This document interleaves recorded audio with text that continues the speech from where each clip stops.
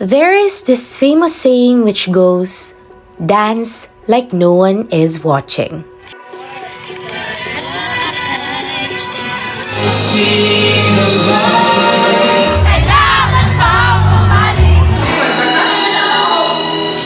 But people seem to forget the lines that follow this saying. It actually goes, "Dance like no one is watching, lead like everyone is." In 2022, Marcos Jr. and Robredo square off again, this time for the presidency. Sino ang merong solid track record? Ipalaman ninyo kung ano ang tunay na tinig ng Pilipino. Ang Presidente! Mabuhay ang Pilipinas! People are always watching. They watch your every move, every decision, every flaw. Being watched may sound a little weird and creepy, but it is something that must be acknowledged, especially in leadership. Ang nasa puso ng Pilipino, ang pinuno, lalo na ang Pangulo, dapat laging nagsasabi ng totoo. The Sangguniang Kabataan SK Reform Act of 2015, otherwise known as Republic Act No. 10742, affirms the role of Filipino youth in nation building. Para sa kapakanan, ikabubuti at ikauunlad ng kabataan. This act strengthens support for the creation of mechanisms and opportunities to realize SK's meaningful and active participation in governance. Yan ang pangako ng Sangguniang Kabataan. Its general objective is to guide SK officials in understanding and performing their roles and functions as leaders in youth development. Its specific objectives include to provide a clear and easy to understand process guide that will help SK officials to effectively and efficiently execute the day-to-day operation of the organization, to identify the expected output of SK officials to guide them in achieving their mandated functions, and to instill social, moral, and ethical responsibility and accountability among SK officials. Two of the most active, dynamic SK chairpersons in Cebu City were interviewed to get to know more complexities of SK and how they manage their respective councils. SK Sawang Calero, headed by Honorable Kenny Glenn I. Silud, envisions itself to be a premier youth organization in Cebu. SK Pasil, headed by Honorable Cherry Lynn Q. Butalid, has been serving differently the Pasilnon youth since 2008.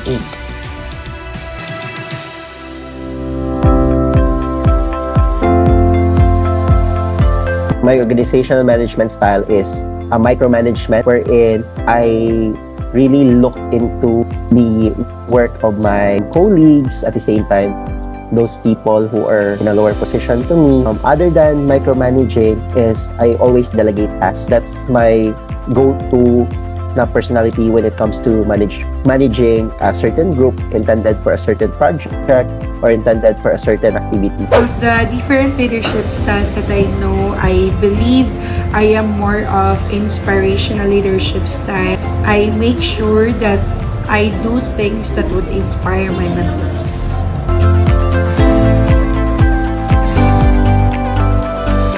First is that I have to anticipate the flow of the program, anticipate tasking of different people. I have to anticipate my first task up until the last task. At the same time, incorporating those objectives that we have to hit or targets that we have to meet, and study the kind of people I'm working with. Like, I have to acknowledge their strengths and weaknesses so that I can give the proper tasking to a certain individual. That's also the main point of delegating tasks. I don't simply delegate just for the sake na workload will be divided. No, I delegate tasks based on strength, based on their weakness.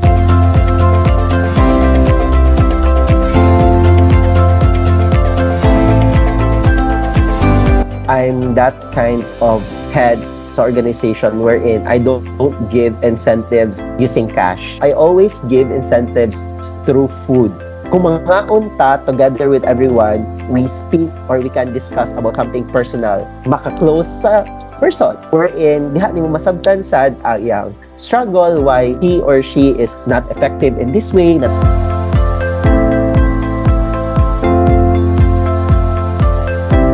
Most of the time, I sacrifice my sleep just to hit the target. For example, if I have something to deliver on Monday, I have to do an all-nighter, and that's not healthy. But, you know, knowing personalities and how they work, I'm that kind of person nga I always do well under pressure. And then, it's not applicable to all.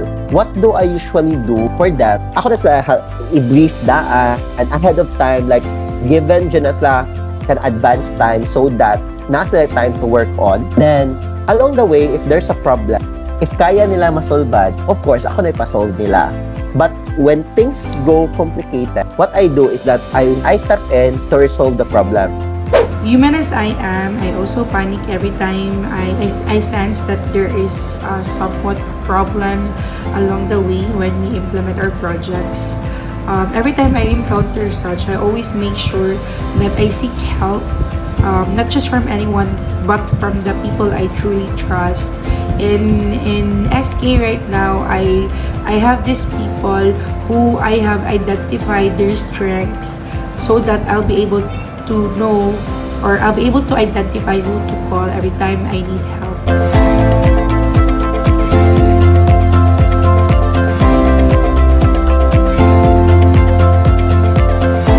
When it comes to work, first is you have to check your unsa inyong organization all about. Next is ang intention sa project or coordinated na project is affected ba or directly affected ba sa inyong intention sa office. Coordinated work should be shared in responsibility, shared in obligation, shared in tasking, at the same time shared in recognition.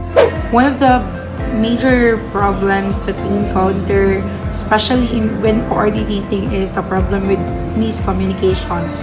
There really are times when we have expressed what we want to express in a different way, and in return, this has been interpreted by our receiver differently as well.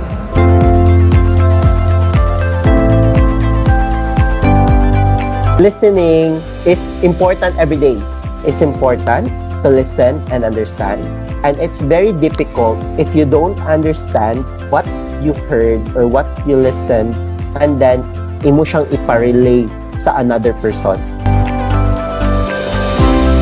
Remember, conflict is a result of miscommunication. How I deal with conflict is usually I have to understand what went wrong along the process.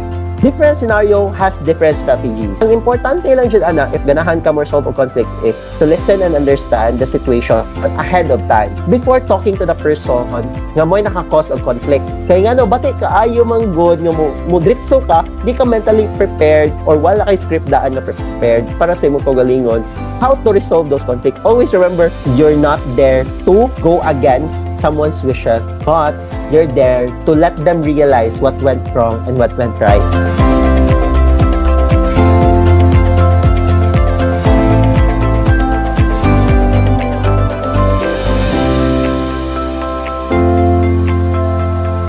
For youth organization, remember, it has different personalities at the same time. They're still exploring, no?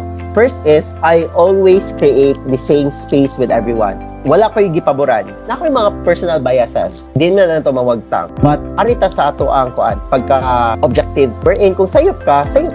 Bahalag personal bias ka. Next is, dapat yun, naamoy visible targets. Like for example, it helps us understand our purpose, sense of purpose, and the time that we have. Last siguro is that we have to acknowledge people, appreciate people in a sincere way.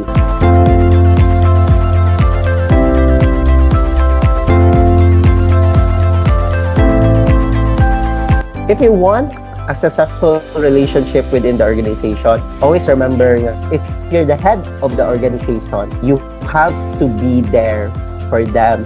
Bisag i-delegate mo ang task, at least they feel secured that they have someone to lean on nga di sila mahagba sa ilang palpak or sila sayop. Don't start working without a goal, without an objective. I believe it's more of respect and love. Love for what we do, because when you respect other people or when you respect your co-members, you will not be doing things that will compromise their welfare. And also, if you love your work or the position that you are in, you will do things wholeheartedly without expecting anything great in return.